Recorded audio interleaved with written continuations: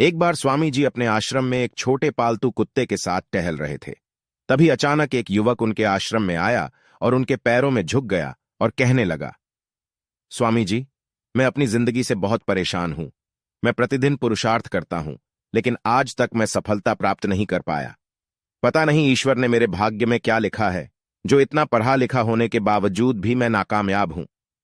युवक की परेशानी को विवेकानंद जी तुरंत समझ गए। उन्होंने युवक से कहा, भाई, थोड़ा मेरे इस कुत्ते को कहीं दूर तक सैर करा दो। उसके बाद मैं तुम्हारे प्रश्नों का उत्तर दूंगा। उनकी इस बात पर युवक को बहुत अजीब लगा, लेकिन दोबारा उसने कोई प्रश्न नहीं किया और कुत्ते को दौड़ाते हुए आगे निकल गया।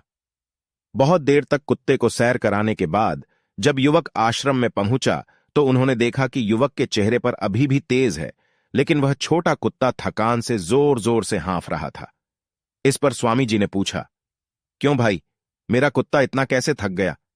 तुम तो बहुत शांत दिख रहे हो, क्या तुम्हें थकावट नहीं हुई? युवक बोला, स्वामी जी, मैं तो धीरे धीरे आराम से चल रहा था, लेकिन यही बहुत अशांत था।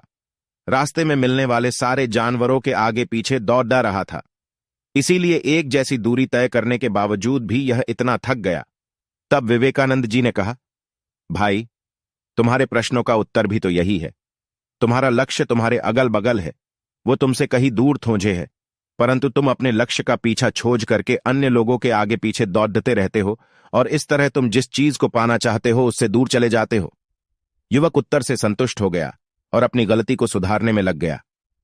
दोस्तों, क्या आपको नहीं लगता आज हम भी इसी कहानी के कुत्ते के समान दूसरों को फॉलो करने में लगे हुए हैं? अगर आपका मित्र डॉक्टर है तो आप भी वही बनना चाहते हैं, भले ही उसमें आपकी कोई रुचि हो या नहीं। ऐसा करके हम अपनी प्रतिभा को खो बैठते हैं और जिंदगी भर संघर्ष करते रहते हैं।